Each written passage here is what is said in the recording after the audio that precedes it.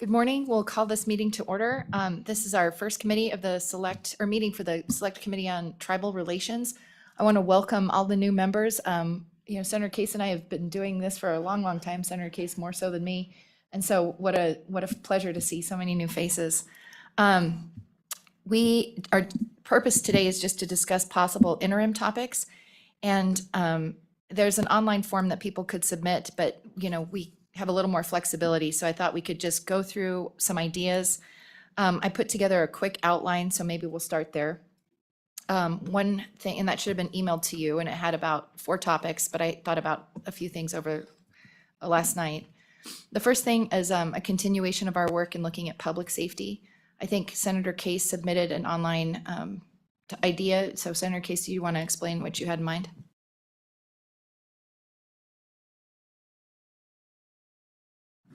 Thank you very much, Madam Chairman. Madam Chairman, I've been working with some of the folks involved in victim services on the reservation, and I'm perceiving that there's a really systemic problem with respect to supporting victim services and really handling crimes in general that involve Native people. And really, it's perhaps especially Native women. And we had some poignant testimony during the last interim, if you recall, and a very brave young woman said what it was like to be a victim of crime on the reservation, and how sometimes not just sometimes, but frequently it doesn't get resolved. And so I was hoping, I've been in touch with some victim services folks, try to get better cooperation with local law enforcement as a small aspect of all this. But I mean the PDs and the sheriff's department and the tribal folks, they just all seem to, my perception is that victim services aren't rising to the top, especially with Native American female people.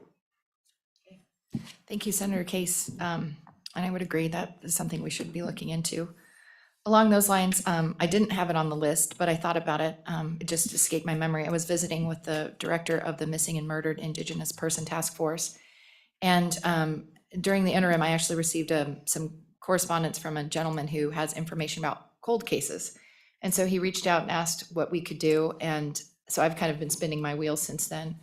But evidently there's some new resources out there the task force has been made aware of. So I thought that might be something we could explore too, is when someone wants to have a cold case where Wyoming has jurisdiction, what is the process for looking into that? And are there ways of providing more support for doing that? Sounds great. Any discussion on that? The other thing, last year, the Supreme Court came out with an opinion called Castro Huerta. There's a typo in my notes. I'm sure Representative Oakley, my co-chair, is familiar with that, but it kind of changed in a pretty significant way jurisdiction, how we've always thought about it when it comes to crimes committed in Indian country. So I thought we could just maybe look at finding a way to get an update or an explanation of what exactly that case did, and then invite anyone who would like to speak to how the state might be looking at that expanded jurisdiction. I think our governor has indicated to me that his intent would be for the status quo to remain the same, but maybe just have an educational session on that. So those are some of the public safety ideas I had. Does anyone have any concerns with any of that or additions? Okay. The next item we could talk about is education. That's kind of an ongoing issue for us. One thing we haven't explored, and in this topic, I'm sure we'll get an update from CWC, the University of Wyoming, but I know there's a tribal college on the reservation. So just want to do a very high level informational session, learn about what the college offers, and offer any assistance if degrees transfer, or any support that Wyoming and our colleges can offer them. Madam Chairman? Senator Case? In your education area, are you thinking about K-12 education too? Mr. Chair, or Senator Case, feel free to expand if there's something you'd like to. Well, it's just a lot to get your arms around with respect to K-12 education. And we have the whole events at St. Stephen's, and then the change in the way that funding is going to happen. So really what's what's happening as a consequence of this budget is that we're no longer funding St. Stephen's, but we are giving an equivalent amount of money to the tribes for their DFS services for children. So, there's that's a change. I think that's a change I really support, actually, based on things that have happened. But the K-12 Native children indicators, there's a lot of resources, a lot of good people working very hard, and we lose a lot of kids. Their graduation rates are very, very low. I just don't know how much you want to go into that, but it is challenging. I think that's a good addition, is just adding some K-12, a discussion of what, maybe just to get everyone up to speed, since we have a lot of new faces on here. Yes, Representative? Yes, along these lines, I know that the University of Wyoming has recently, within the last 5 or 6 years, stood up an Indian Culture Center, and it fits right in with this topic. I'd like to hear an update as to how well it's working and what their goals are, have they changed over time, and just kind of get an update on that. Okay, that sounds appropriate. We, last interim, went over to the University of Wyoming. We had one of our meetings there and toured the center and visited with the director, but always good to get an update and just Okay. keep apprised of what they're working on. Thank you. Oh, Madam Co-Chair. Thank you, Madam Co-Chair. So just being new, of course, to the committee, like talking about K-12, some of these issues. So at this point, if we were wanting to do something like that, do we reach out to districts like District 38? Or, I mean, is there an action we should do going forward? Madam Co-Chair, we can figure out what we want to do. We can do anything. So, Madam Chairwoman, I always look at these. This committee is kind of broad in scope. We don't have a lot of legislation. A lot of our work involves connecting people or bringing attention to a problem, or and that's some of the best work we do, actually. And we don't have a lot of time. I don't know what our meeting schedule would be, but if we were to ask for 2 1.5-day meetings, that would be kind of traditional. We could ask for more, but that's kind of, and so we find a lot of enthusiasm anytime we put a topic up, actually, and people are very grateful for the forum. And sometimes we have to cajole some people to come in, but we're very good at that. And anyway, there's lots of issues. So I think the sky's the limit. We might kind of have broad fishing licenses and let the two of you co-chairmen work it out. yeah, oh, thank you. So education, we can visit some more, but I think, learning about, I think the funding is and getting an update on the Department of Family Services. Representative Larson really bird dogged that issue for a long time. And Yeah. so we'll definitely need someone to continue to look at some of those issues. The third idea I had was getting an update from the Indian Child Welfare Act. I need to give some thought to how all of this, the timing layers in of when that task force should meet, and just how that would fit into the agenda. But I think that we'll need to spend some time on ICWA. The other thing I had was consultation and maybe a listening session. Our hearings follow this format, and this is how we do our business, but maybe, instead of having it as a, dais and then witnesses that come testify, maybe we could just do a better job of finding a way to spend half a day offering to meet and just listen Good and idea. do nothing else. Good idea. Madam Co-Chair.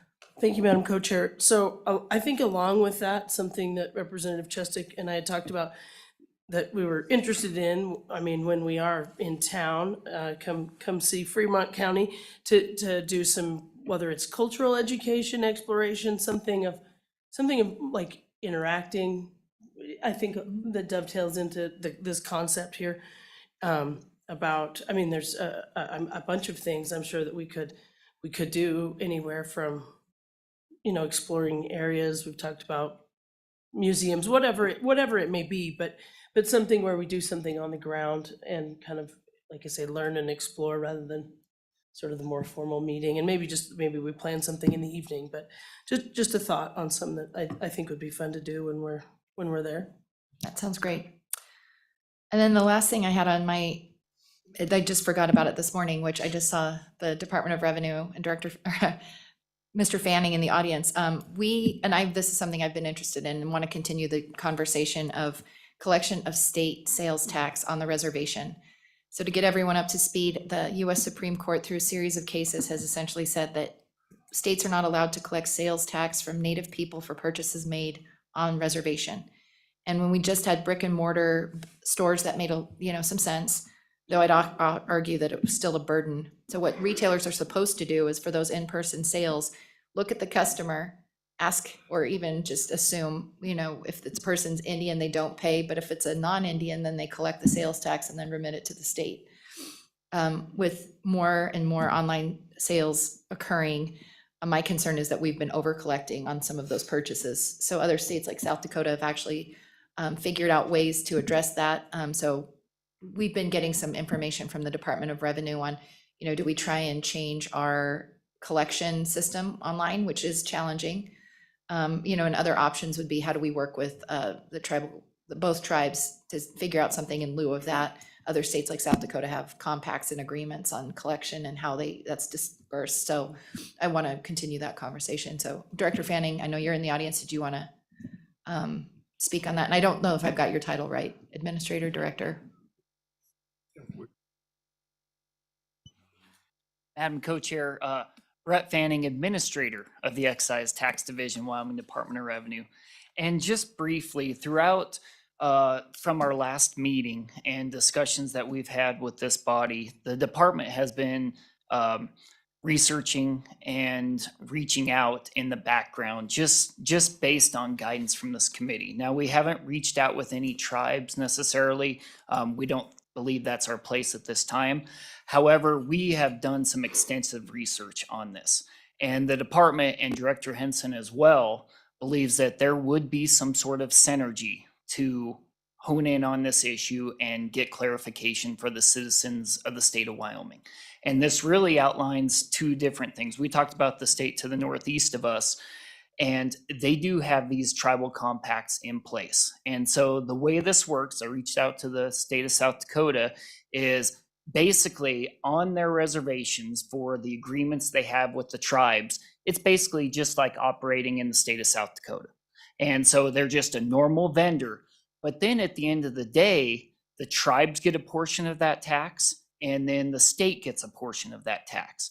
Now, this is something the Department of Revenue is willing and able and would help facilitate if this is a direction that the state of Wyoming wants to go. This is something that Director Henson and we feel is possible if, again, not going against tribal sovereignty, but then allowing for tax collection. That tax is not being collected right now. Now, we do have rules in the Department of Revenue rules that say, hey, if you're a vendor on the reservation, you're supposed to license with us. Per Madam Co-Chairs, you have this kind of two-part test. Is it on the reservation, and are you an enrolled tribal member?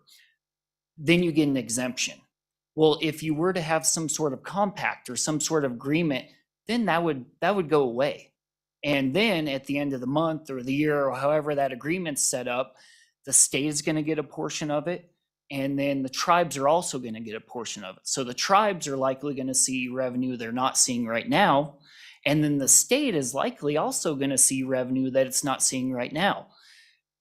Compliance with our rule is low. It just is. There are a lot of vendors on the reservation that are not licensed with us. And again, it goes into this, there's a lot of moving pieces. And so it's a delicate issue, and I want to make that clear. We understand it's delicate. Now, with the online portion that we've talked about before too, so the internet's huge. And so a lot of folks receive items that are shipped on the reservation. Now, as a vendor, they submit tax to the state of Wyoming and to my department. However, it can be difficult for folks to know any exemptions that they're entitled to. And this goes to Madam Co-Chair's point is, okay, you buy something from an online retailer, what documentation do I have to submit to that retailer to know that an exemption is available for me as a native member with something being shipped on the reservation? So all of these are delicate issues, but those online retailers, they are very well versed in accepting exemption certificates, which is a presentation that I did before. But if you're a tribal member, do you know how to do that? And even me, even if I had an exemption available to me in the state of Wyoming, would I know how to do that? And that's complex too. And so we know these are tough issues. Out of some of the discussions, it was, well, maybe we just exempt all purchases on the reservation. And so that's a discussion that could be held as well. Now, if you take out oil field activity, which there would be sales tax on those items, what would be the tax foregone if you just exempted all other reservation sales? And so I know that's my research. I completely understand that. So, however, is that a discussion? And is it something that could be done, which goes away from, Madam Co-Chair, just the color of your skin? And that's something that a lot of states have tried to get away from. But the United States Supreme Court has made this tough on us because it says, hey, if you're on the reservation, the states have some authority for state sales tax for non-enrolled members. But our statutes don't really say that. Our rules are kind of fuzzy as well. So it's a delicate issue, but Madam Chair, the department is ready and willing and able to help facilitate this in whatever direction this committee would like. Thank you. Questions for Administrator Fanning? There are a lot of ways to peel that orange. No more skin in the game, Yes, or ma'am. not skin in the game. Madam Chairwoman, Senator Case. the only other thing, so hanging out there, and we've got the governor's office here, but we have that excise tax potential compact on cigarettes, and I can see the governor's office shaking their head no.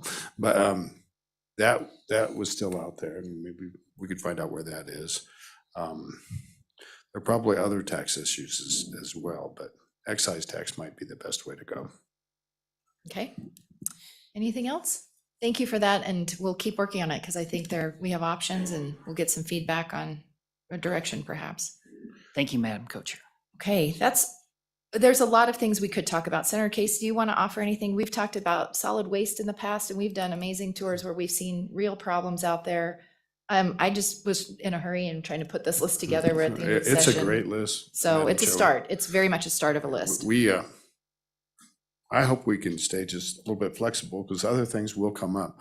We've done utilities. We certainly got tribal hunting. We've had livestock issues, wild horse issues. There's a lot of things where the state comes into play.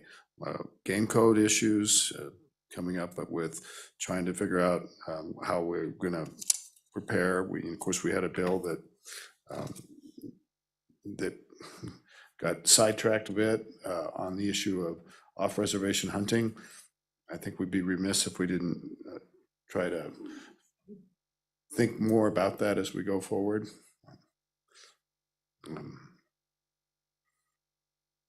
I know there are probably other committee members that have, and people in the audience that have ideas here for sure, but maybe the governor's office is here. I wonder if they want to address this. Yeah, so we'll open it up to the governor's office and then anyone else. This is we're going to have a little more of an informal discussion. So I'm happy to take ideas. I know we had that deadline, but we do have that flexibility. Welcome. We're not a major committee. Thank you, Madam Co-Chair, or Madam, excuse me.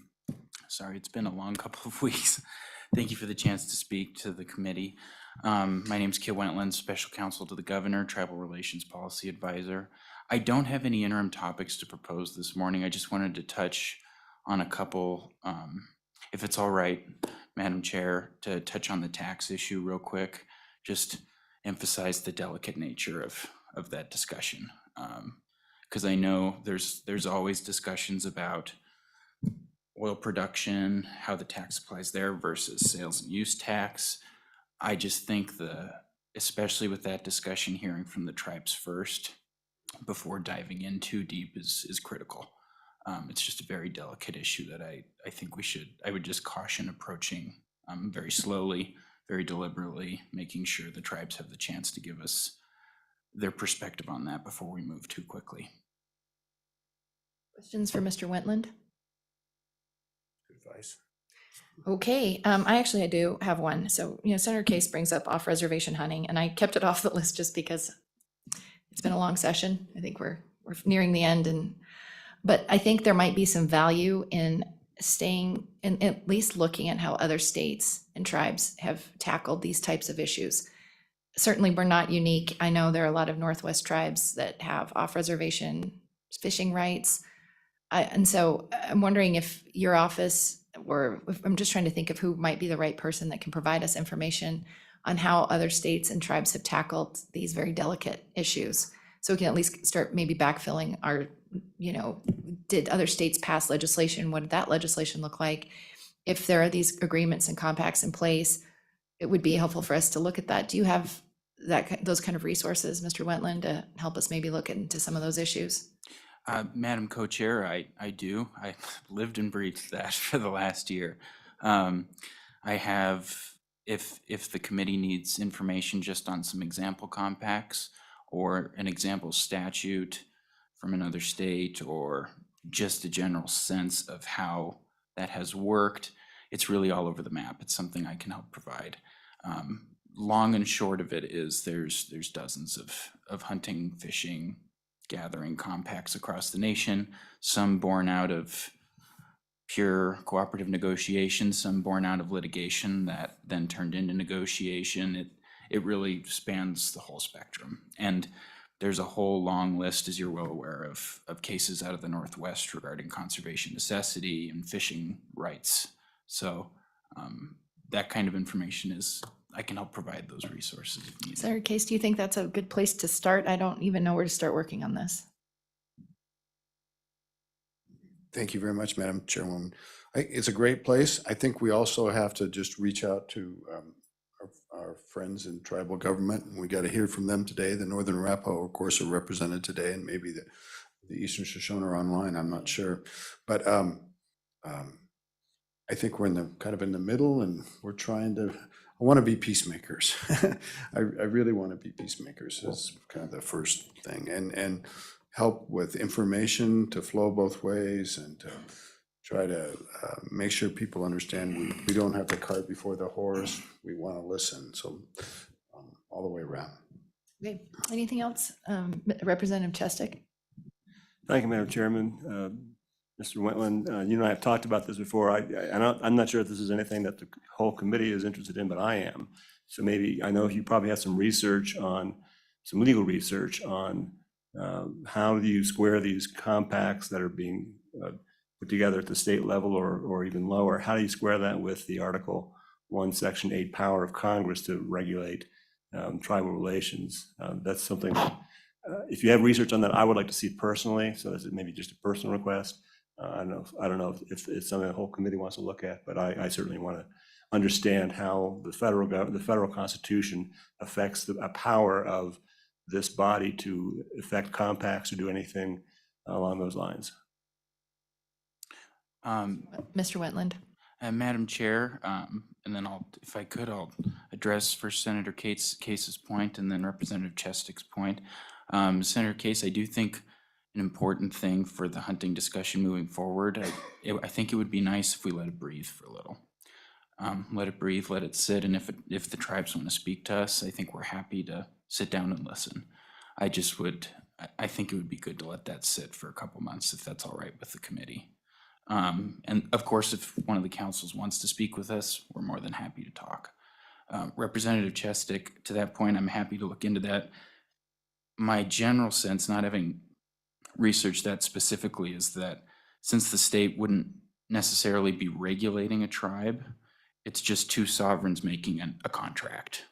And that's why it doesn't run afoul of the Constitution.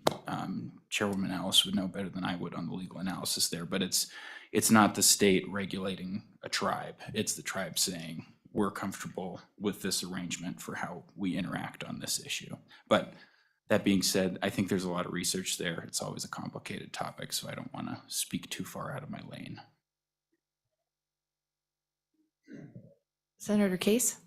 Thank you very much. And Mr. Wetland, I appreciate your point of view, and thank you very much for that. We have a separation of powers issues as well, and some of us are actually elected by people in Fremont County and have to represent them. So I also believe that it's important to let things breathe and not be pushy. But to be very truthful, we have our own charge, and the governor's office has their own charge, and we need to try to bring it together. But I'm elected by, they're my constituents, and so if they want, I know that the people want to talk about this issue. So I'm not. Maybe there's a different way to do it. Maybe we go back to the same way we did before. But let's at least telegraph that we're open to listen, rather than be pushy. But Mr. Co-Chair, or Senator Case, I just want to echo that on the revenue discussion. I think we can't make anyone come to the table. What we're trying to do is discuss options. So one option that we've talked about is what's an entire state solution to this? Is there a way that we can look at building some kind of online mechanism where vendors have to demonstrate certain things so that we're really doing our due diligence and not over collecting a tax? I've had conversations with some of the council members that say, but ultimately, you're the elected leaders of the tribe. If you're comfortable with your members paying a tax that they don't have to pay, we need to know that. And so, I mean, but our job, I think, is to really look at options. And so on the off-reservation hunting discussion, at the very minimum, we should be educating ourselves on how this has worked successfully in other places. I mean, at the very minimum, so we can start just looking at educating ourselves. So I think letting it breathe makes some sense, but I also, to Senator Case's point, don't want to completely walk away from a real issue that's out there. So any other comments or before Mr. Wetland, unless you want to offer anything, do you have any suggestions of things you'd like us to look at? Madam Chair, I don't have any specific topics to offer this morning. Thank you, though. Thank you very much. All righty, anyone else in the audience would like to offer? I see we have the Northern Arapahoe's representative. Welcome.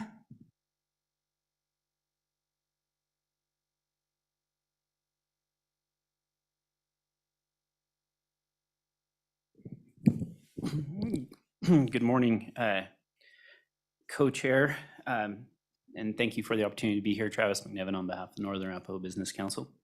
Thank you for holding the hearing and allowing a venue here for the opportunity for the try to bring some ideas forward for the committee's consideration. A few of the ideas have already been discussed here this morning, but if it would be okay, I'd like to just reiterate a couple of those points and then maybe add a couple of additional ideas and also some information for the committee as well. On one of the topics that was already discussed was the education, having a conversation about education, and I certainly feel like my understanding from the council was that was a little bit more directed towards that K through 12 element of that. So I was certainly would emphasize or second that discussion, and I think the tribal college is certainly and the credits and those sorts of things would be good. Along that education topic, more as a subcomponent for the committee's information is the St. Stephen's School and the situation there. The school has gone into, I think, what they're calling a retrocession to the BIE, and Northern Arapahoe, at least on their part, is working or looking at how that may come back under some sort of alternative management structure with more with tribal control. What that looks like, I do not know, and I believe that the council is having some preliminary discussions with BIE, but that's just where it's at today. For the committee's information, since St. Stephen's was certainly brought up, and it certainly is an important thing to the council. Another topic that was raised previously that the council had was, kind of falls under that same victim services discussion that was mentioned earlier, along the lines of, domestic violence shelters and support, as it relates to those cases and those victim services. Certainly that has a law enforcement component to it, and also a support component to it. Where do individuals come, when there has been violence or sexual assault? And there has to be a little bit, people have to feel that if they come forward, that, there will be some safe options or actions taken. And so that's not, as to encourage people coming forward. So some of that domestic violence shelter and support was on theirs, and I think that certainly falls within the very similar or the same vein of victim services that was discussed earlier. Another idea that was brought forward was the topic of housing, like Wyoming. In and on in the surrounding communities, there is a lack of safe and affordable housing, and that's not. We certainly understand that is not unique. That gets talked about a lot around the state. But what options, remedies, for a certain amount of housing shortages. My apologies for that, and so that was one. An additional possibility for the committee's consideration. And then the final one is also a little bit of an extension of the, I don't know if it falls nearly or quite nicely in line with the victim services, was what the idea was, the juvenile mental health and drug rehab facilities. Again, what can be done because of the lack of facilities across the state. Often the tribe and sends children or members to facilities in other states, and just the distance becomes challenging, whether in terms of people are willing to go who may need some services, the burdens placed on the family and such. And so that, Madam Chairman, was some of the ideas that were brought forward. If I may, I'd follow up on a couple of other topics that have been discussed. One being the tax issue in previous sessions. That was certainly of interest to the council, and I'm glad, I was certainly interested in the department's some of their additional research and discussion since then. When it was discussed previously, the challenge, the education, or even maybe just as simple of the hassle of trying to produce a certificate or whatnot online for particularly something that maybe is a $3 or $4 item, as far as the hassle of that goes, and then the education and how willing that is, on the one hand. And then on the other hand, we had examples or at the other end of the spectrum of, if a tribal member went to, say, Casper and purchased a vehicle or something like that, where there would be a significant tax and these sorts of things, and possible to buy cars online now too and have them. So that was all. I certainly feel like, in short, I think the desire is there to look at it, and I think the idea that had the most agreement when there wasn't or a discussion arose on some sort of where the two tribal governments may receive some sort of I don't know, block funding or refund, or I'm not sure exactly what the right word there would be, back to tribal government to then spend on behalf of their citizens, which would, in essence be, the tribal members, funds that were collected by the state through these other means. So certainly I think it's worth the discussion. And then also the idea of maybe just not collecting the tax, I think is something that could be was certainly interesting from the department's standpoint as well. For the committee's information, and certainly a success was, as you all know, with that that brucellosis. I refer to it as the brucellosis bill, but having that be an option for tribal members and producers, or just producers in the Wind River, whether they're tribal or non-tribal, passing and moving into law. Certainly an example of a good result and outcome from this committee, as well as I'm happy to report, if the committee members don't know this already, there's I think just shy of 2,000 horses, feral horses that were gathered from the actions taken here from this legislative body, and working with tribal game and fish, as well as some additional funds that were added to that by the Bureau there.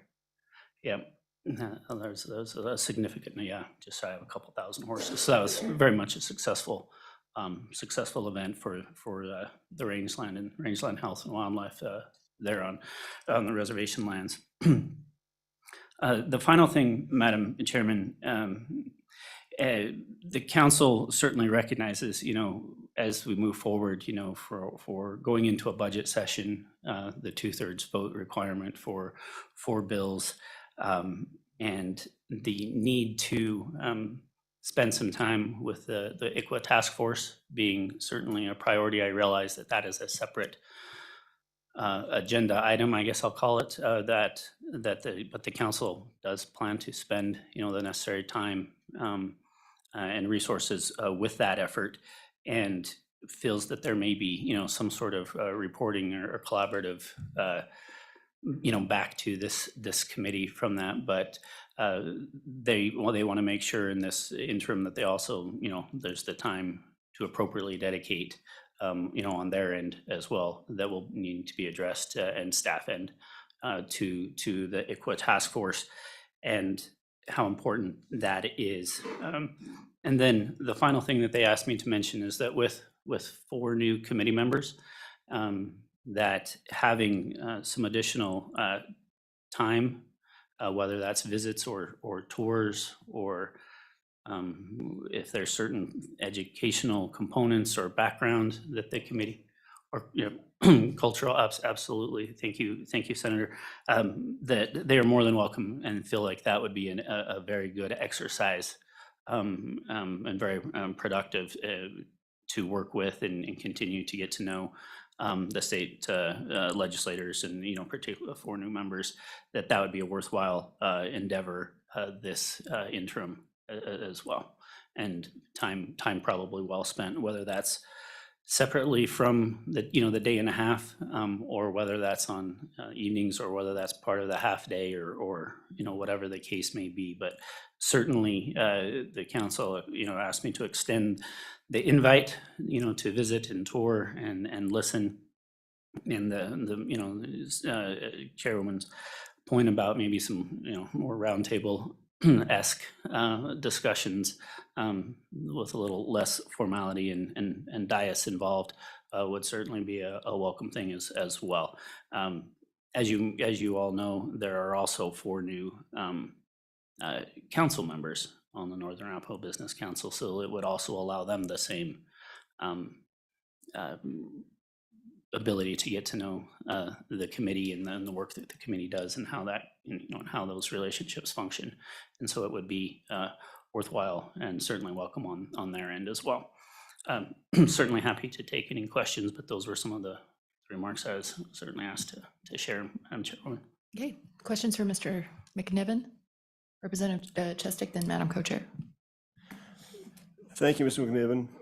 I want to encourage you as well. I do like the idea very much of having some kind of informal gathering outside of the 1.5 hours or 1.5 days of formal business meeting.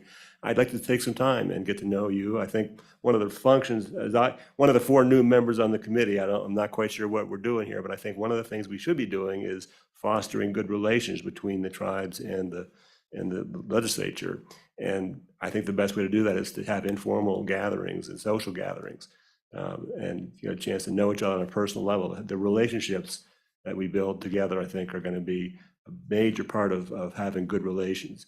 So I very much encourage those having, and encourage the committee as well to have, to schedule some time that's not business time, but it's informal, social gathering types of stuff that we can get to know you better. And I really look forward to doing that. Mr. McNiven, you respond if you want, or? Thank you, Madam Chairman. Representative, really just couldn't agree more. I think there is a reason this committee is named Tribal Relations. And a lot of times the role of this committee, at least in my view, is sometimes in my role and certainly as the committee's role, sometimes you almost act as a translator of topics and explaining to other groups and other people and other individuals that may or may not understand either whether it be cultural or history or background or other needs, and I think the more relationship building and communication that's there, it facilitates that. And so absolutely, I think that's a critical component, Representative. Representative Oakley and then Senator Oh, I'm Case, is that sorry, I okay? didn't see that. Apologize. Thank you, Madam Co-Chair. Thank you, Mr. McNiven. I'm wondering if, along this line, maybe if you'll brainstorm or collaborate with the Northern Arapaho or anybody and maybe make a list of some of the ideas so we can move forward with this. Anywhere from, I can envision all sorts of things, anywhere from visiting monuments or historical places. I don't know if everybody would be up for a sweat, but the different ideas, and I'd be willing to work with you on that as well, and bring some ideas, but just so we can make that happen, have some ideas for plans. Thanks. Senator Case? Madam Chairwoman, thank you. I'm really encouraged by the enthusiasm of our newer representatives, and it has been a very strong Tribal Relations Committee tradition, and I'm look back and Ms. Sharp, when did you staff the committee? So, yeah, quite a bit more than a decade ago, and we were, you have to, relationships are meant to be nurtured all the time, and lots of times what we've done in the committee, and we can change everything, but we've either come in the day before and had a cultural event or some connection, and sometimes sponsored by one or both tribes, and they can be very meaningful, and maybe have a meal together. We've done things like that. We've attended cultural events. And then in the work sessions, frequently we have taken a tour based on our work issues, whether it's touring solid waste places or schools or, so it's kind of been a combination of different things, and it's totally open to a lot more, but it is a tradition of this committee. I'd agree with that, but I'd also offer, we need to be mindful that when we travel, we are doing work for Wyoming. So there should be a little bit of a nexus of actual learning and educating ourselves. So anyway, I just offer that. We do have that requirement when we put things on our agenda so that the people of Wyoming know that there's a purpose behind some of our visits and tours. The day we toured the solid waste, do you want to talk about an eye-opening, really hard thing to look at? But I would agree, those touring and visiting, always good. And then just, kind of to add that, we have had good relations with our tribes over the years. Prior to COVID, we would meet at the tribal council, where the intertribal council meets. During COVID, out of respect for them, we decided to stay off reservation because of the mask mandates and some of those COVID requirements being separate. So we've been meeting at Central Wyoming College. Last year, we had heard loud and clear that the University of Wyoming, they had come to one of our meetings, but maybe we weren't capturing some of the conversations we needed to have with all the right staff. So rather than have all those UW folks come up to Fremont County, we decided to meet in Laramie, and I thought that was good. We were able to visit the university's American Indian Center. So I would just offer this, that we are very open to locations and dates.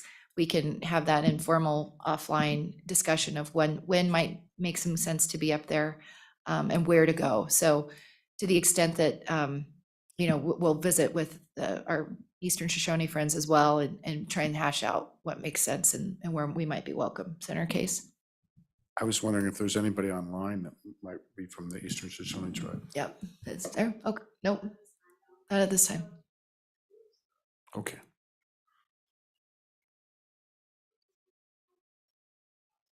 So, Mr. Chairman, I'd say, publicly, those are, we're in the thick of session. We've got a lot of things on our plate. So we have a little bit of time before we have to put a request together for Management Council to review our interim topics. Certainly, it's on my to-do list to reach out to Eastern Shoshone directly one-on-one and ask anything that they want us to look at, not look at, and just kind of hash through some of these details with them as well. That's a commitment I'll make to everyone here, and I'm sure my co-chair will reach out equally. Senator Case? Well, I just want to make sure we hear from everybody in the room too. Oh, yeah, we're not done. Yeah, I know that. Any other questions for Mr. McNiven before he departs? And I want to relay to you, at least on the Senate side, I've heard a lot of really positive responses about the reception that was Northern Arapahoe hosted in the Wind River Casino, your presence at the legislature. So just please know, I've heard really great things about that. So thank you. Thank you, Madam Chairman and committee members. Anyone else in the audience want to testify or offer any thoughts? I see Director True. Please know that if you want to offer us a livestock update from your board, we welcome that too. I like Senator Case said, we have a lot more flexibility and nothing needs to necessarily be set in stone. So if there's something that comes up and you would like to update us, just please reach out and we'll make sure we try and accommodate your request, unless you have anything to offer. Okay, anyone else? Ms. Schilling from DFS, but I don't want to put her on the spot. But it's good to see you. Thank you. Yep. Mike Lehman. From the diocese, welcome. I know Mr. Lehman has reached out on a number of issues, tracks the missing murdered Indigenous person issue very closely. So thank you for tracking that and lending your support. Mr. Wentland?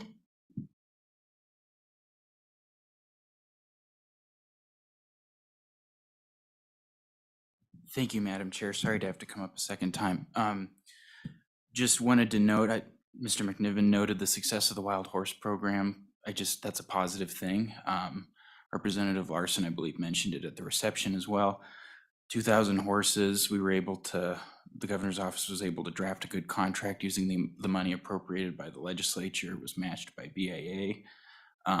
Just wanted to emphasize how good of an endeavor that was, a productive way that all parties were able to come together. And then on missing and murdered Indigenous persons, I just remember this. We've been speaking with Division of Victim Services as well about that cold case avenue. I still have to run it through the chains of command, but that is on our radar as well. So glad to hear those things. Thank you. Thank you, Mr. Wentland. And for the director of the division director for victim services, our daughters play volleyball together. And so we sit for hours and chat about things. So that's Wyoming. Mr. McNiven? My apologies, committee, for sneaking back up. But when I sat down and reviewed my notes, I failed to mention the committee, the council, I'm sorry, and their appreciation for all the work that the legislature has done this year on that Ashante alert, and their support and appreciation, and feel that that'll be a very beneficial thing moving forward, and to express their gratitude on that and support for the work that the legislature. Thank you very much. Alrighty, Ms. Penn, you're new. This is your area. Is there anything that you would like us to be looking at, or places you'd like us to come visit? Thank you, Madam Chair. At this point, I'm mostly wanting to just learn, making sure that I find the balance between representing the people and being sensitive to the needs of the tribe and also the state of Wyoming. And so at this point, I don't feel that I have much more to add, just a lot to gain. Thank you. Senator Barlow? Thank you, Madam Chairman. So I am encouraged by the expression by yourself, and certainly I'm sure your co-chair, about reaching out to the tribal councils and particularly the chairman, and just opening up dialogues.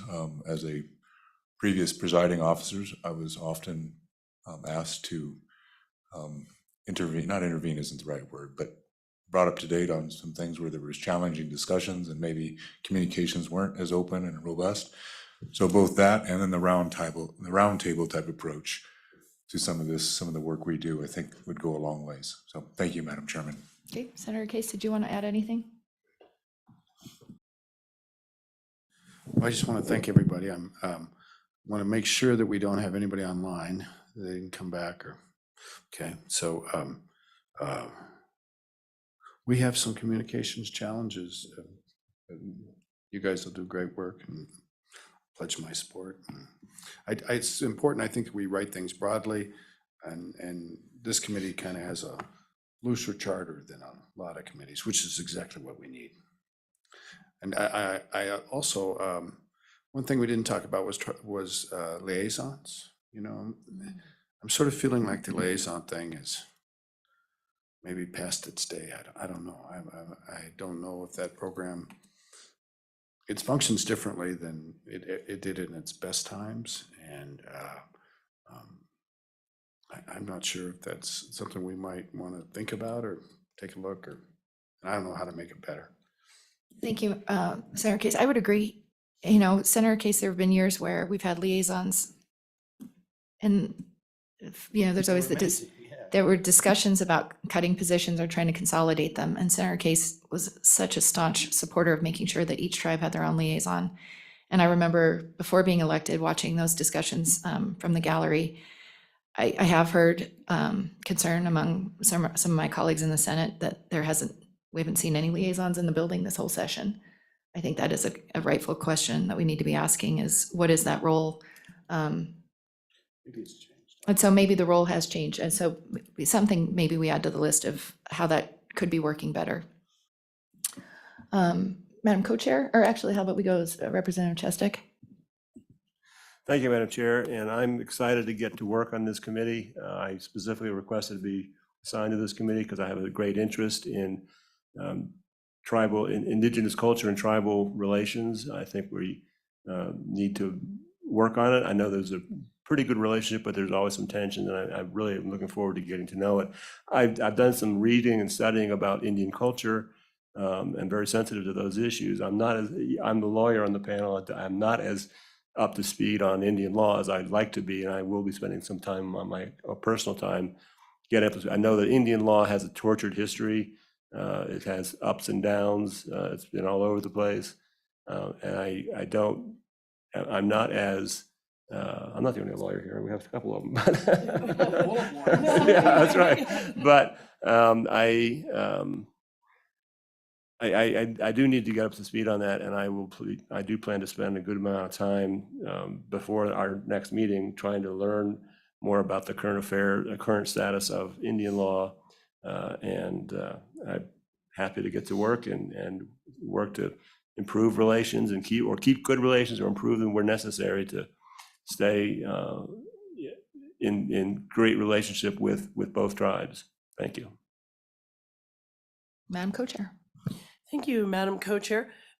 I guess I would just like to say how honored I am to be a part of this committee and to be co-chairing the committee. We've discussed a lot today, but I think it's understood, but communication is really, I think, absolutely key in this role and for this committee. Recognizing two separate tribes, of course, that sometimes have divergent interests and sometimes are aligned. So recognizing that, and I will just do my level best to work on that, to keeping communication between this committee and the state and the legislature and the individual tribes and then collectively the Wind River Reservation. So with that, again, I'm honored and ready to get to work. Sounds good. We're about at the hour mark. Feel free to fill out the interim topic preference form if you'd like. I feel like if we put this in an outline form, we could probably tackle just about everything we talked about today in some form. And then my co-chair and I can consult a little bit and go from there. So, but if you want to fill out the form, please do, but you don't have to. I think like I said, this is more informal. You can even just tell us what you're thinking too. Along those lines, if something comes up in the interim, let us know. With that, we'll end the hearing, and thanks to staff. You have been amazing all session. I know I haven't worked with all of you equally, but you guys keep the train moving, and thank you for that. We appreciate it. Ms. Sharp, so excited to be working with you again. Another brilliant, brilliant legal mind. One final thought, Madam Chairwoman, this is a really rewarding committee to be on. It really is a great committee, and it's one of the best ones in the legislature, actually, for what you get to do something really different. And welcome all of you on the committee. Okay, we're adjourned.